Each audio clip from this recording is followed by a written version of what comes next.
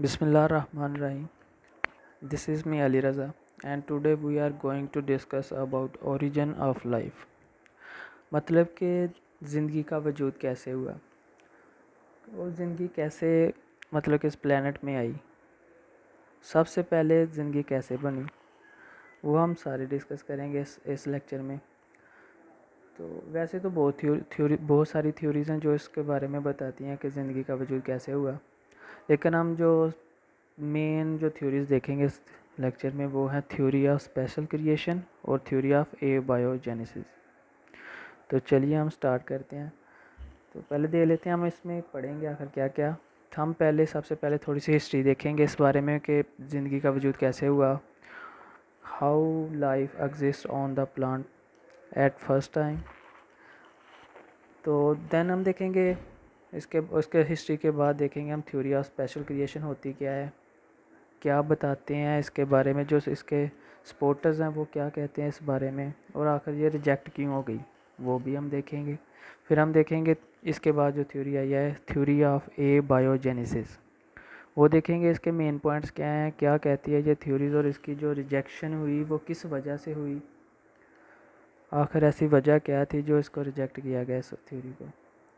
और फिर हम देखेंगे इसी जो थ्योरी ऑफ एबायोजेनेसिस है ये रिजेक्ट हो गई थी, इसके बारे में हम देखेंगे कि कौन फिर एविडेंसेस दी थी इसके बारे में, कुछ साइंटिस्ट ने एविडेंसेस दे के इसको रिजेक्ट कर दिया था। तो वो सारे डिस्कस हम करेंगे इस लेक्चर में।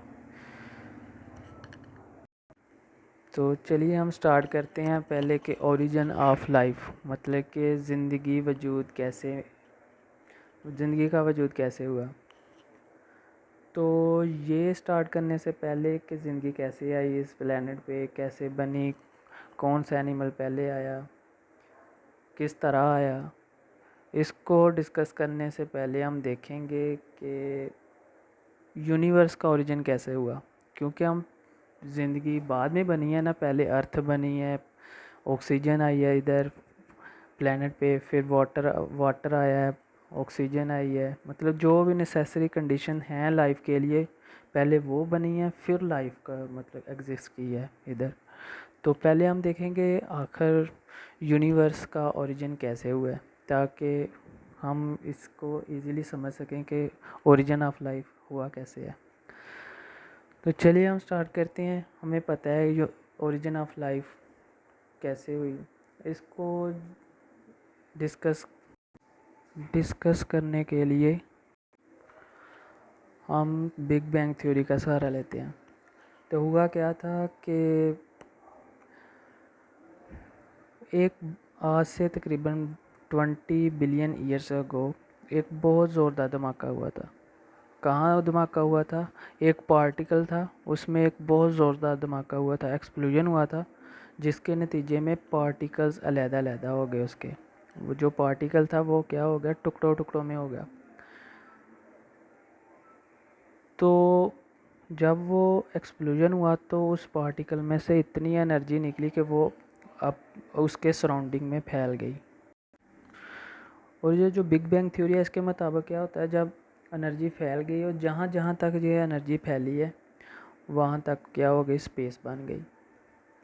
पहली बात तो कंप्लीट हो गई कि स्पेस कैसे बनी, जब एक्सप्लोजन हुआ तो उसमें से इतनी ज़्यादा एनर्जी निकली कि वो उसके पार्टिकल का एक्सप्लोजन हुआ था उसके इर्द गिर्द फैल गई, और जहाँ तक वो फैली है वहाँ तक वो क्या हो गया, स्पेस बन गई है। और नेक्स्ट ये तो बनी है स्पेस। अभी देखें कैसे हम अर्थ को बनाते हैं, कैसे बनेगी, यही थ्योरी बताएगी अर्थ कैसे बनी है, और बाकी जो कार्बन डाइऑक्साइड गैस और बाकी जो वाटर है वो कैसे बना।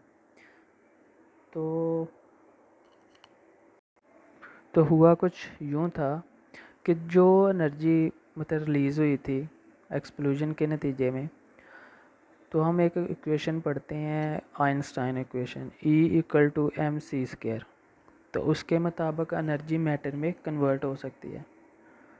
मतलब कि जो आइंस्टाइन की इक्वेशन है उसमें क्या है, E = mc², मतलब कि E मैटर में कन्वर्ट हो सकती है, एनर्जी मैटर में कन्वर्ट हो सकती है और मैटर एनर्जी में कन्वर्ट हो सकता है।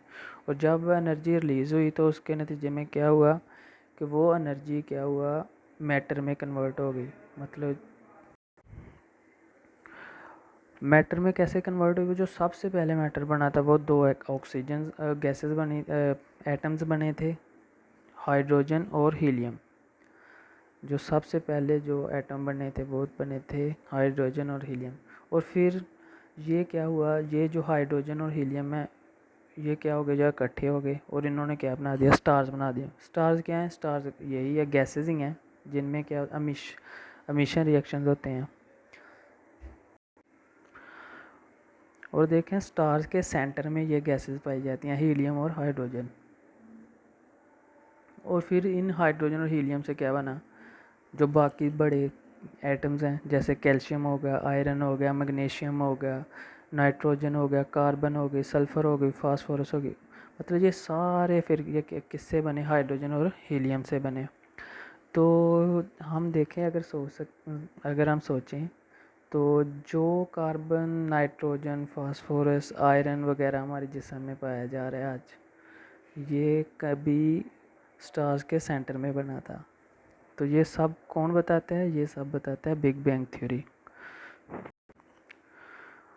अब देखें हाइड्रोजन बन गया, कैल्शियम बन गई, नाइट्रोजन बन गया, कार्बन बन गया, फास्फोरस बन गया, सल्फ़र बन गया, मतलब बहुत सारे एटम्स बन गए हैं।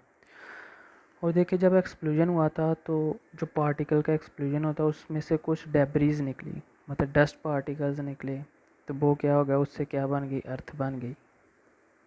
ये कहती है बिग बैंग थ्योरी कि मतलब जो उसमें से डस्ट पार्टिकल निकले, डेब्रीज निकली, उससे क्या बन गई, अर्थ बन गई। और अर्थ क्या थी उस टाइम, बहुत ही ज़्यादा गर्म थी, बहुत ही ज़्यादा गर्म थी। और बाद में जब वो स्पेस में आए तो आहिस्ता आहिस्ता स्पेस में रहने की वजह से वो क्या हो गई, कोल्ड हो गई, ठंडी हो गई। तो उसमें मतलब अर्थ के ऊपर क्या पाया जा रहा था उस टाइम, CO2 पाई जा रही थी, हीलियम, नाइट्रोजन, बहुत सी दूसरी गैसेस, मतलब ऑक्सीजन नहीं थी उस टाइम। ये तो सारा कुछ बताती हैं बिग बैंग थ्योरी। हमें पता लगा, बिग बैंग थ्योरी ने हमें बता दिया कि यूनिवर्स कैसे बनी। यूनिवर्स बनी है एक एक्सप्लोजन की वजह से। तो ये बताती है बिग बैंग थ्योरी। अब हम चलते हैं कि लाइफ का आखिर ओरिजिन कैसा हुआ, कि पहली दफ़ा जब लाइफ अर्थ प्लेनेट पे आई वो कैसे आई। तो इसको एक्सप्लेन करने के लिए बहुत सी थ्योरीज़ हैं, बहुत सी थ्योरीज़ बताती हैं अपने अपने मतलब कंसेप्ट हैं सबके, कि ज़िंदगी कैसे वजूद में आई। तो इनमें से जो थ्योरीज़ हैं, जो मेन थ्योरीज़ हैं, वो है थ्योरी ऑफ स्पेशल क्रिएशन, दूसरी थ्योरी ऑफ स्पॉन्टेनियस जनरेशन जिसे हम कहते हैं थ्योरी ऑफ एबायोजेनेसिस भी कहते हैं। नंबर 3 जो इसको एक्सप्लेन करती है वो थ्योरी ऑफ पेंसपर्मिया। और फोर्थ वन जो थ्योरी है वो है theory of eternity of life. और इसी तरह theory of catastrophism, apparent Haldane theory. ये सारी थ्योरीज़ क्या बताती हैं कि ज़िंदगी का वजूद कैसे हुआ। तो इनमें से जो सबसे बेहतर जो थ्योरी है वो है अपैरेंट हेल्डेन थ्योरी। ये एक बहुत बड़ी थ्योरी है, बहुत इंटरेस्टिंग थ्योरी भी है। तो लेकिन हम जो मेन थ्योरी इस लेक्चर में हम जो थ्योरीज डिस्कस करेंगे वो है थ्योरी ऑफ स्पेशल क्रिएशन और थ्योरी ऑफ स्पॉन्टेनियस जनरेशन। हम इनके बारे में डिस्कस करेंगे कि ये थ्योरीज़ हमें क्या बताती हैं कि ज़िंदगी कैसे वजूद में आई। ये सब कुछ डिस्कस करेंगे इस लेक्चर में। तो सबसे पहले हम देखते हैं थ्योरी ऑफ स्पेशल क्रिएशन। इस थ्योरी को जो मानने वाला था, जो ग्रेटेस्ट सपोर्टर था, वो था फादर सोरस। तो ये जो फादर सोरस है, इसके मुताबिक जो ज़िंदगी है वो बनाई गई है नेचर से, मतलब life was produced by the super power. वो सुपर पावर कौन सी है, गॉड ऑब्वियसली। उसके मुताबिक क्या है कि जो आज ऑर्गेनिज्म या अर्थ, मतलब जो भी चीज़ें हैं वो किसने बनाई हैं, वो बनाई हैं गॉड ने, जो सुपर नेचुरल पावर है उसने बनाई है। तो जिस तरह हमें पता है कि अल्लाह ताला ने, मतलब कि ये थ्योरी है, ये थ्योरी हमें बताती है रिलीजियस बेसिस है। ये थ्योरी हमें बताती है कि जिस तरह ऑर्गेनिज्म पहले मतलब प्रोड्यूस किया गया था आज भी उसी तरह है, कोई एवोल्यूशन नहीं हुई, कोई अडोप्टेशन नहीं हुई, जैसे पहले बनाया गया था वैसा ही है। मतलब जैसे पहले अर्थ बनाई गई थी अभी भी वैसे ही है, जैसे पहले बर्ड्स बनाए गए थे वो आज भी वैसे ही हैं, जैसे ह्यूमंस बनाए गए थे वो आज भी ऐसे ही हैं। मतलब कि कोई एवोल्यूशन नहीं है उनमें, कोई डिफरेंस नहीं है, कोई अपीयरेंस में डिफरेंस नहीं है, जैसे वो पहले बनाए गए थे वैसे के वैसे ही हैं। तो इन देखें यही लिखा हुआ है यहाँ पे कि all living organisms were created similarly, hence there are no differences in their appearance। मतलब कि इनके अपीयरेंस में कोई तब्दीली नहीं हुई, जैसे वो बनाए गए वो वैसे के वैसे ही हैं, और इनमें कोई एवोल्यूशन नहीं हुई और कोई अडॉप्टेशन नहीं हुई।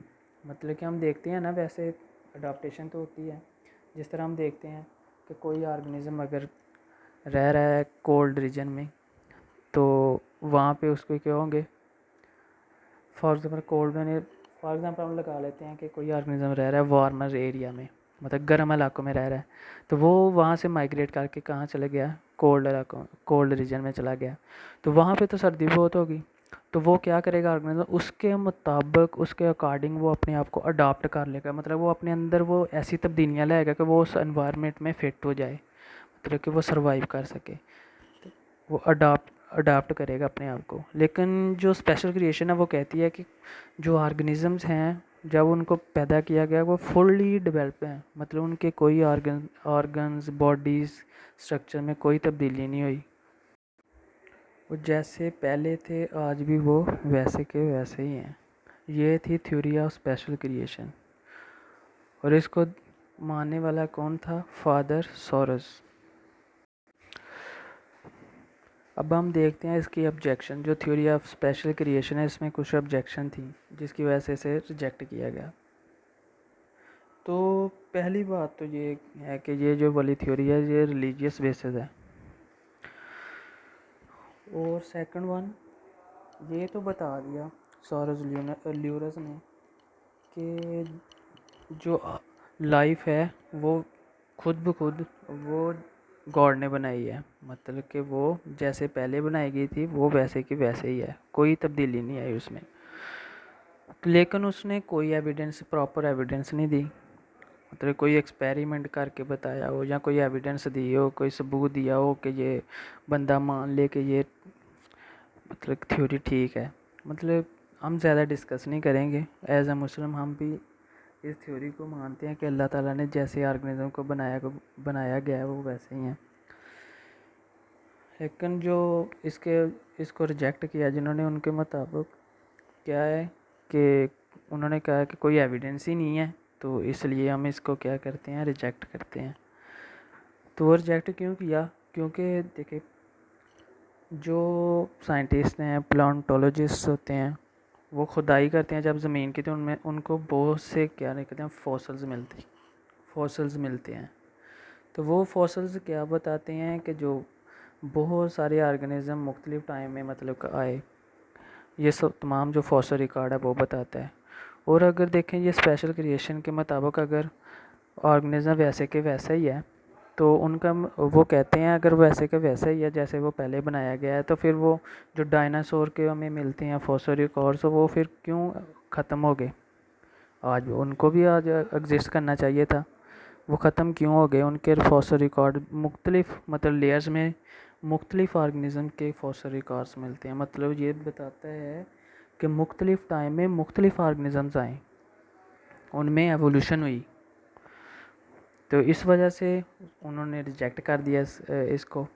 और देखें सबसे मेन जगह है कि मेन वजह है कि जब कोई प्रॉपर एविडेंस ही नहीं होगी तो फिर इसको कैसे माना जाएगा, इसलिए इसको जब इसकी कोई एविडेंस ही नहीं है तो फिर इसको क्या किया गया, रिजेक्ट कर दिया गया। अब हम सेकंड वन जो थ्योरी देखते हैं वो है थ्योरी ऑफ एबायोजेनेसिस, इसको हम थ्योरी ऑफ ऑटोजेनेसिस भी कहते हैं, और इसका जो थर्ड वन नेम है वो है थ्योरी ऑफ स्पॉन्टेनियस जनरेशन। तो इस थ्योरी के जो ग्रेटेस्ट फाउंडर जो सपोर्टर थे वो थे एपिक्यूरस, अरिस्टोटल और जो तीसरा था वो था वॉन हेलमंट। तो ये जो साइंटिस्ट थे इनके मुताबिक, जो ये थ्योरी को मानते थे, उनके मुताबिक क्या कहते हैं कि life exist from non living matters. Life exist spontaneously, मतलब खुद ब खुद ही लाइफ एग्जिस्ट कर रही है, खुद ब खुद ही लाइफ अराइज हो रही है। ये कैसे हो सकता, हालांकि ऐसा नहीं है। लाइफ तो एग्जिस्ट करती है पहले से। पहले से कोई अगर पहले से लाइफ अगर है तो उससे एग्जिस्ट करती है। जब वो ब्रीडिंग करते हैं तो फिर नेक्स्ट ऑर्गेनिज्म क्या होते हैं, रिप्रोड्यूस करते हैं, प्रोड्यूस होते हैं ऑफस्प्रिंग। तो लेकिन ये जो साइंटिस्ट थे ये कहते थे कि जो लाइफ होती है वो खुद ब खुद ही बन जाती है नॉन लिविंग मैटर से। हालांकि ऐसा नहीं है, जैसे कि कैसे वो कहते थे कि जैसे एक्सक्रीटा ऑफ डंक, एक्सक्रीटा ऑफ को है, मतलब कि जो कैटल्स का गोबर है उसमें से हाउस फ्लाइज बन रही हैं। और इसी तरह frogs dwell from rain water. और इसी तरह कहते हैं मेंढक हैं वो बारिश से बनते हैं, मतलब कि नॉन लिविंग मैटर से बन रहे हैं। हालांकि ऐसा नहीं है।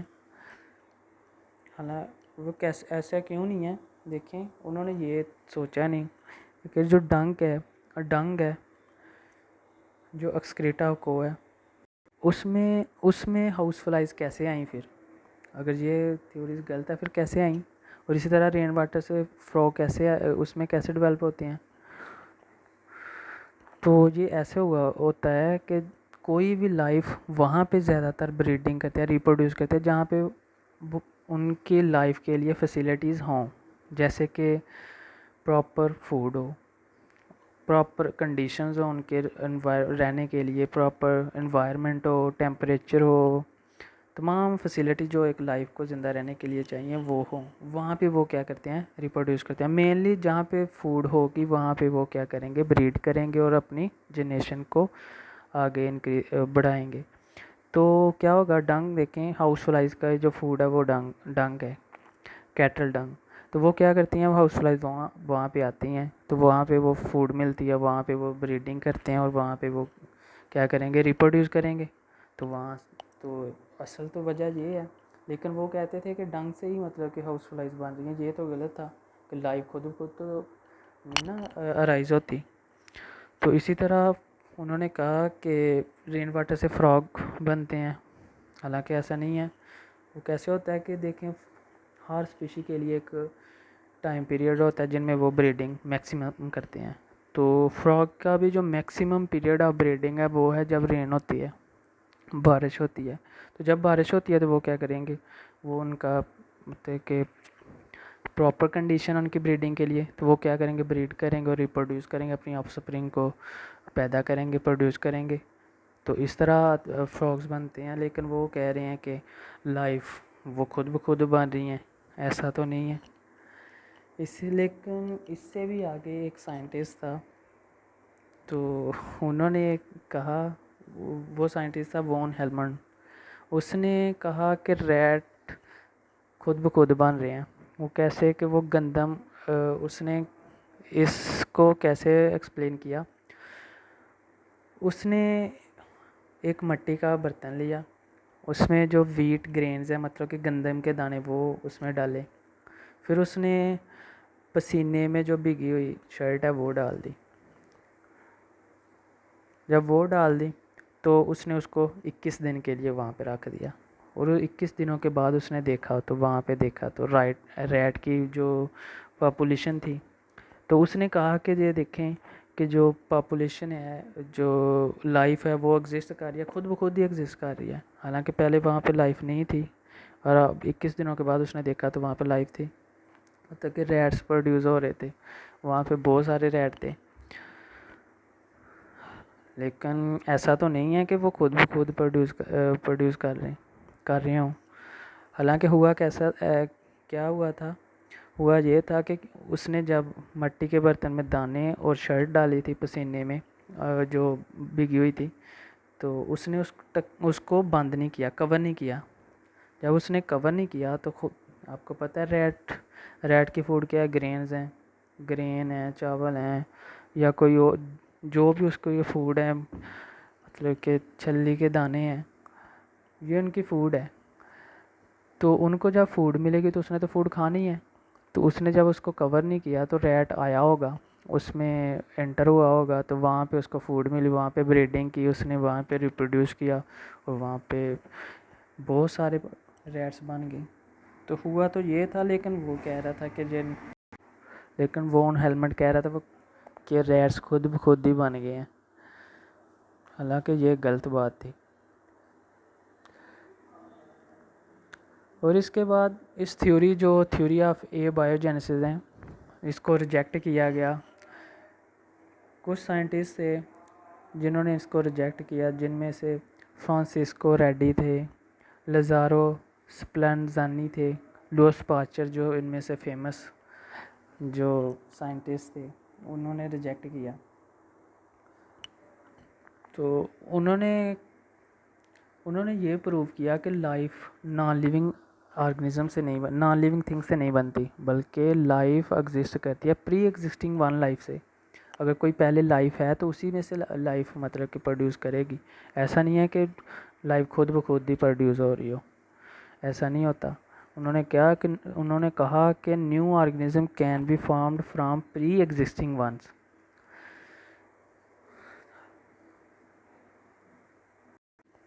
और होता भी यही है कि जो ऑर्गेनिजम्स हैं वो प्री एग्जिस्टिंग लाइफ से अराइज करते हैं। तो इन साइंटिस्ट ने अपने अपने एक्सपेरिमेंट किए और इस थ्योरी को क्या किया, इसको रिजेक्ट किया। तो हर साइंटिस्ट का अपना अपना एक्सपेरिमेंट था, वो हम पढ़ते हैं हम वन बाय वन करके। तो देखें 3 साइंटिस्टों ने 3 एक्सपेरिमेंट दिए। ऐसा भी हो सकता है कि एक साइंटिस्ट एक्सपेरिमेंट करता तो उसको रिजेक्ट कर देते, लेकिन कुछ तो ऐसा हुआ होगा ना कि जो जैसे कि फ्रांसिस्को रेड्डी है, उसने एक्सपेरिमेंट किया तो कुछ तो उसने खामी की होगी, कुछ गलती की होगी, जिसकी वजह से नेक्स्ट जो साइंटिस्ट है उसने अपना एक्सपेरिमेंट किया। फिर वो नेक्स्ट जो स्प्लांज़ानी है उसने भी कोई मिस्टेक की होगी, जिसकी वजह से लुईस पास्चर ने भी अपना एक्सपेरिमेंट किया और इसको आखिरकार थ्योरी ऑफ ए बायोजेनेसिस को रिजेक्ट किया। तो हम बारी बारी हम देखते हैं ये तमाम एक्सपेरिमेंट जो साइंटिस्ट ने दिए। तो सबसे पहले रेडिस का एक्सपेरिमेंट आ जाता है। रेडिस का एक्सपेरिमेंट उसने क्या किया, 3 जार्स ले लिए जो ग्लास के बने हुए थे। उसमें उसने क्या किया कि गोश्त के टुकड़े डाल दिए तीनों में। और ये गोश्त के टुकड़े ऐसे नहीं है कि मतलब कि ऐसे डाल दिए, उसने बॉयल करके सही से बॉयल किए इनको, बॉयल करके इनको इसके अंदर पुट कर दिया।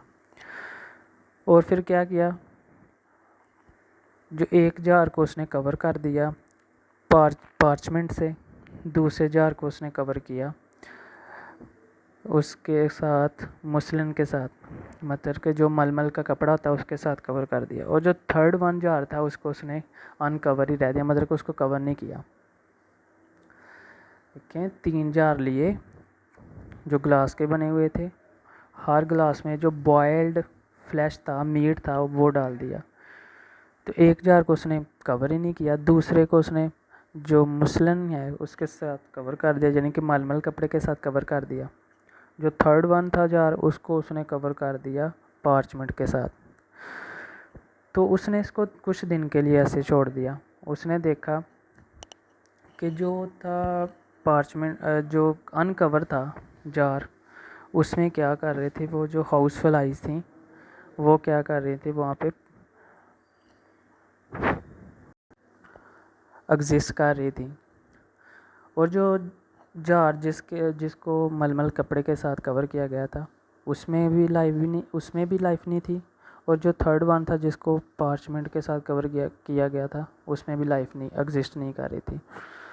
तो उसने कहा कि देखें जो हाउस फ्लाइज हैं वो उसी में एग्जिस्ट कर रही हैं जहाँ मतलब कि कवर नहीं, जिसमें उस जार में कर रही हैं एग्जिस्ट जिसको कवर नहीं किया गया था, और उनमें नहीं कर रही थी जिनको कवर किया गया था। तो हुआ क्या कि देखें हाउस फ्लाई की जो फूड है, अगर लाइफ ने वहीं पे एग्जिस्ट करना है जहाँ पे फूड मिलेगी उसे, तो हाउस फ्लाई को पहले में उसको फूड में रही थी, वो कवर भी नहीं था, हाउस फ्लाइज आई होंगी, उसमें उसने अंडे दिए होंगे, वो अंडों से क्या निकले होंगे, larvae of house flies are called maggots. Maggots क्या हैं, लार्वी ऑफ हाउस फ्लाइज, जो हाउस फ्लाइज की लार्वी होती हैं उसको मैगट्स कहते हैं। तो ये मैगट्स कहाँ पे पाए जाएंगे, जो फ्लास्क अनकवर था उसमें मैगट्स पाए जाएंगे, जो दूसरे बाकी जारों में कोई भी लाइफ एग्जिस्ट नहीं की होंगी। लेकिन देखें, ये तो हो गया कि लाइफ इसने रिजेक्ट किया उसको, थ्योरी ऑफ एबायोजेनेसिस को, कि लाइफ खुद ब खुद एग्जिस्ट नहीं करती। लेकिन जब ये जो एक्सपेरिमेंट है ये रिजेक्ट हो गया, क्यों रिजेक्ट हो गया, ये रिजेक्ट तब हुआ जब माइक्रोस्कोप की डिस्कवरी हुई।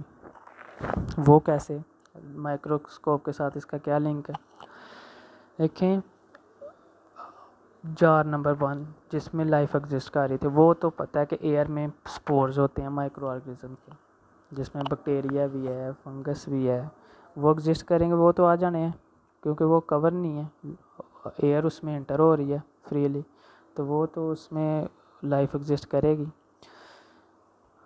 तो जो जार नंबर 2 है और 3 है, इसमें क्या होगा, जब माइक्रोस्कोप की डिस्कवरी हुई तो जब उन्होंने जार नंबर 2 और 3 में से मीट को निकाला और माइक्रोस्कोप के अंदर रख के देखा, नीचे रख के देखा, तो उन्हें क्या नज़र आया, माइक्रो ऑर्गेनिज्म नज़र आए। और उन्होंने कहा कि ये देखें, रेडिस के एक्सपेरिमेंट को रिजेक्ट किया कि ये देखें अगर लाइफ एग्जिस्ट नहीं करती खुद ब खुद तो फिर ये माइक्रो ऑर्गेनिज्म कहाँ से आ गए, हालांकि ये ऊपर से कवर भी था फिर भी माइक्रो ऑर्गेनिज्म कहाँ से आ गए, इसलिए वो मतलब कि रेडिस इसका आंसर ना दे सके, जिसकी वजह से इसको रिजेक्ट हो गई। हालांकि हुआ क्या था, देखें जार को, फ्लैश को हमने बॉयल किया था, मतलब बॉयल क्यों किया गया था, क्योंकि इसमें जो भी माइक्रो ऑर्गेनिज्म हो गए वो पहले से जो माइक्रो ऑर्गेनिज्म मौजूद थे वो मर जाएंगे, ठीक है। ये तो हो गया बॉयल कर, फ्लैश को बॉयल करने का फ़ायदा। लेकिन हमने स्टीराइल तो नहीं किया था ना जार्स को स्टीराइल तो नहीं किया था, हमने तो बस फ्लैश को किया था, बॉयल किया था, उसको स्टीराइल किया था, जार्स को तो नहीं किया था ना। तो उससे जब कवर करने से पहले क्या होगा, एयर तो इंटर हो रही थी तीनों जार्स में, तो एयर्स में माइक्रो ऑर्गेनिज्म मौजूद होते हैं, तो वो जब एंटर हुए, जब उन्होंने कवर कर दिया माइक्रो ऑर्गेनिज्म, आपको पता है एयर ट्रैप हो जाती है, बाहर से एयर नहीं आती, लेकिन जो पहले से मौजूद थी एयर वो ट्रैप हो गई, उसमें बैक्टीरिया वगैरह थे, फंगस थे, वो उसने क्या किया, मीट को उसने क्या कर दिया, डिग्रेड कर दिया, डिकम्पोज कर दिया। इस वजह से क्या हुआ कि इसको फिर जब उन्होंने माइक्रो ऑर्गेनिज्म के नीचे देखा तो वो नज़र आए, लेकिन उन्हें ये नहीं ना पता था कि मतलब कि एयर में माइक्रो ऑर्गेनिज्म थे, जिसकी वजह से ये माइक्रो ऑर्गेनिज्म इसमें भी पाए जा रहे हैं। लेकिन खैर जो रेडिस एक्सपेरिमेंट है वो रिजेक्ट हो गया कि इनमें माइक्रो ऑर्गेनिज्म की मौजूदगी पाएगी। फिर इसके बाद जो थ्योरी ऑफ एबायोजेनेसिस को रिजेक्ट किया, वो किया गया था स्प्लेनज़ेनी ने, उसने भी अपना एक एक्सपेरिमेंट किया था।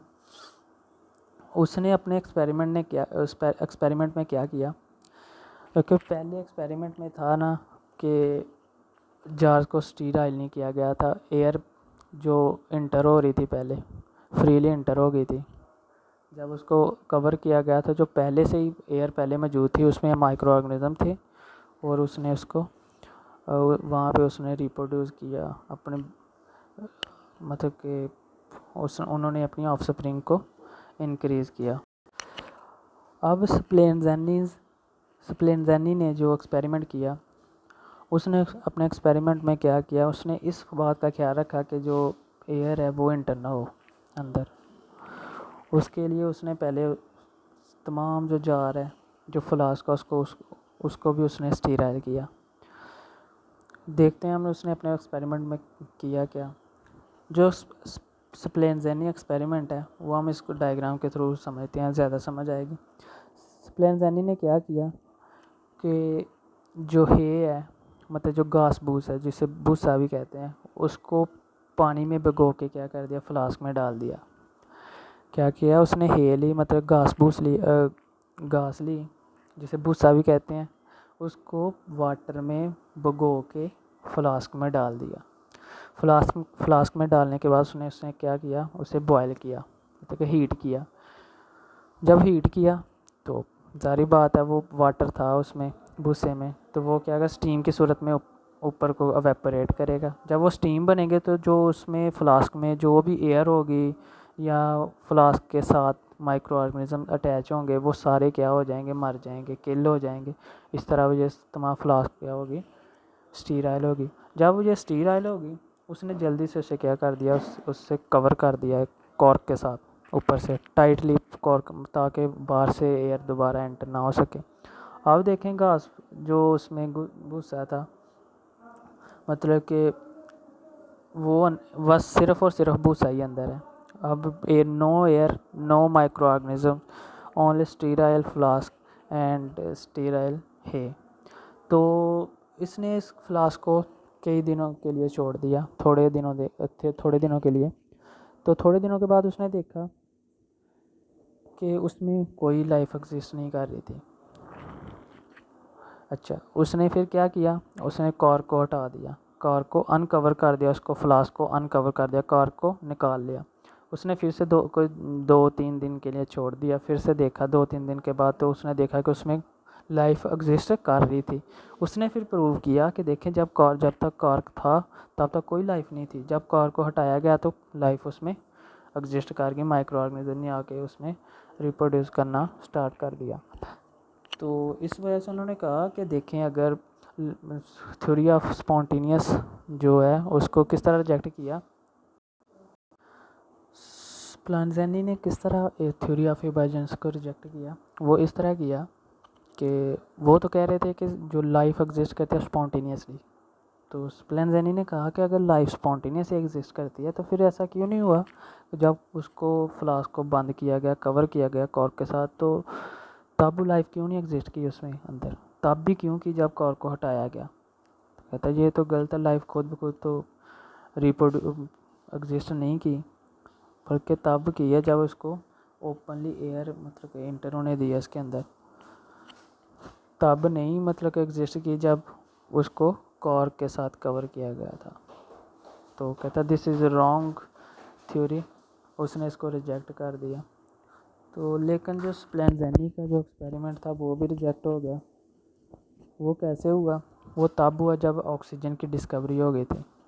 ऑक्सीजन की डिस्कवरी होने के बाद ये एक्सपेरिमेंट भी रिजेक्ट हो गया। अब इस ऑक्सीजन का इसके साथ क्या रिलेशन है, मतलब कि देखें ऑक्सीजन का क्या तो लगा कि कुछ साइंटिस्ट ने कहा कि देखें लाइफ की जो सर्वाइवल के लिए ऑक्सीजन इज़ वेरी नेसेसरी।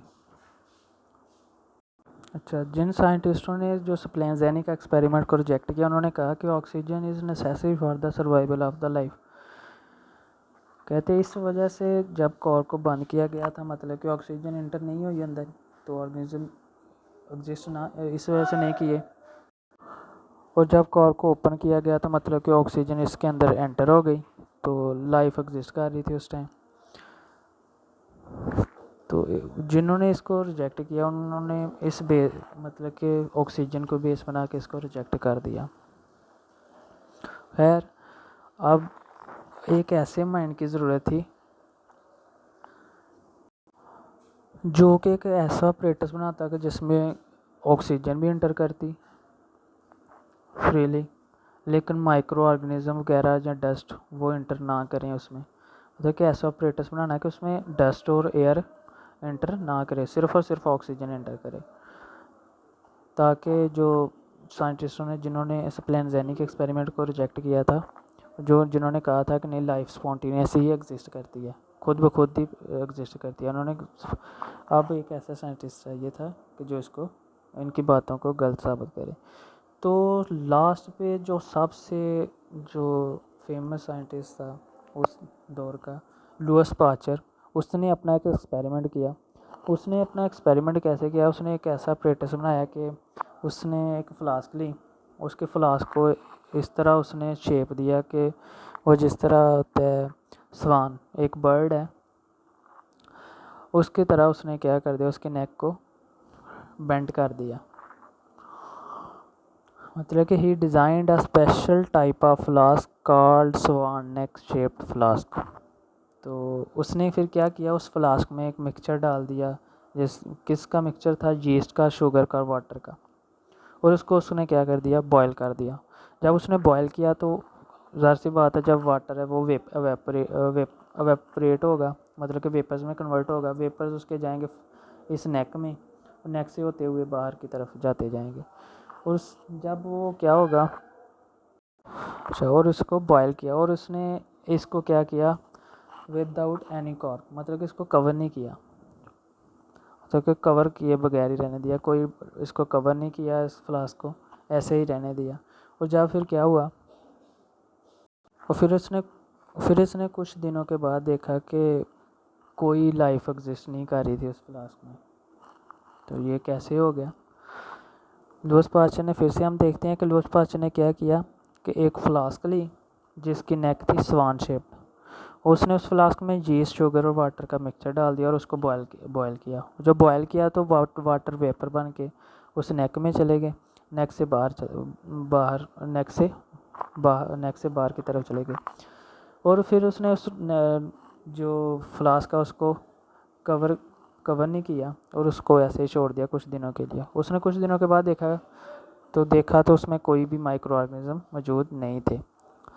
क्यों नहीं मौजूद थे, क्योंकि देखें यहाँ पे जब वाटर वेपर्स में कन्वर्ट हो रहा था तो वो इसमें जा रहा था नेक में, तो नेक में जाते जाते हुए उसने क्या किया कि कंडेंसेशन का प्रोसेस किया, मतलब कि वो जो वाटर वेपर दोबारा क्या बन गए, लिक्विड में कन्वर्ट हो गए, तो वहाँ पे ट्रैप हो गए। तो जब वहाँ पे ट्रैप हो गए तो बाहर से कोई भी माइक्रो ऑर्गेनिज्म और डस्ट पार्टिकल एंटर नहीं हो रहे थे, जिस वजह से माइक्रो ऑर्गेनिज्म अंदर एंटर ना हो सके, जिस वजह से लाइफ भी एग्जिस्ट नहीं की। तो यही लिखा हुआ है कि micro organism along with dust got entrapped in the curved bent in the flask. जो फ्लास्क की जो नेक थी वो उसमें क्या वाटर वेपर से इंट्रैप थे, तो जिस वजह से बाहर से माइक्रो ऑर्गेनिज्म एंटर नहीं हो रहे थे। फिर उसने क्या किया, लुईस पास्चर ने देखा कि माइक्रो ऑर्गेनिज्म नहीं है, फिर उसने उस नेक को काट दिया। जब उसने उस नेक को काट दिया तो कुछ दिनों के लिए उसने ऐसे छोड़ दिया विदाउट एनी कवरिंग। तो उसने देखा कुछ दिनों के बाद तो माइक्रो ऑर्गेनिज्म उसमें एग्जिस्ट कर रहे थे, जैसे कि बैक्टीरिया वगैरह, मोल्ड्स वगैरह, फंजाई वगैरह, वो तमाम उसमें एग्जिस्ट कर रहे थे। और फ्लास्क भी इसमें एंटर कर रही थी, हाउस फ्लाइज भी एंटर कर रही थी, तो वो भी वहाँ पे उसकी पॉपुलेशन भी मौजूद थी। तो फिर उसने लुईस पास्चर ने फिर देखिए इससे फिर क्या ज़ाहिर हुआ कि अब तो ऑक्सीजन भी एंटर हो रही है, लेकिन फिर भी लाइफ एग्जिस्ट नहीं कर रही थी तब। लेकिन जब उसको कट किया उसकी नेक को तो लाइफ एग्जिस्ट कर रही थी। मतलब कि लाइफ, उसने कहा कि लाइफ खुद ब खुद एग्जिस्ट नहीं करती, अराइज खुद ब खुद नहीं होती, बल्कि life arise from pre existing one. So Louis Pasteur finally disproved abiogenesis and proved biogenesis theory. उसने फिर एबॉयोजेनेसिस की थ्योरी को रिजेक्ट कर दिया और साबित किया कि नहीं, लाइफ खुद ब खुद रिप्रोड्यूस नहीं करती, बल्कि लाइफ से ही एग्जिस्ट करती है। अगर कोई पहले से लाइफ मौजूद है तो तभी एग्जिस्ट करेगी, लाइफ अराइज होगी, वैसे नहीं। तो देखें, हमने देखा लाइफ एग्जिस्ट हो गई, ये था सबूत। उसने रिजेक्ट एबॉयोजेनेसिस थ्योरी को रिजेक्ट किया। लेकिन क्वेश्चन तो अभी वही है, कि जो प्री एग्जिस्टिंग लाइफ थी आखिर वो कहाँ से आई। मतलब हमने ये तो कह दिया कि life arise from pre existing one, तो पहले से कोई लाइफ मौजूद है तो उससे लाइफ अराइज करेगी। तो फिर अब क्वेश्चन ये है कि जो पहले लाइफ थी वो कैसे आई, अभी तो उसका क्वेश्चन नहीं मिला। इसको प्रूव करने के लिए जो बाकी एक्सपेरिमेंट्स किए हैं वो फिर इसको ही प्रूव करते हैं। कि लाइफ, पहली जो लाइफ है वो कैसे आई। वो सबसे जो जो सबसे अच्छा जो थ्योरी है वो है एपरन हेल्डन थ्योरी। वो सब इन क्वेश्चन का आंसर देती है कि लाइफ आकर कैसे पहले वजूद में आई। तो this is all about origin of life. और उनमें से भी जो हमने टॉपिक पढ़े हैं, थ्योरी ऑफ स्पेशल क्रिएशन और थ्योरी ऑफ एवर्जेंसेस, सब मतलब कि हमने डिस्कस कर लिया।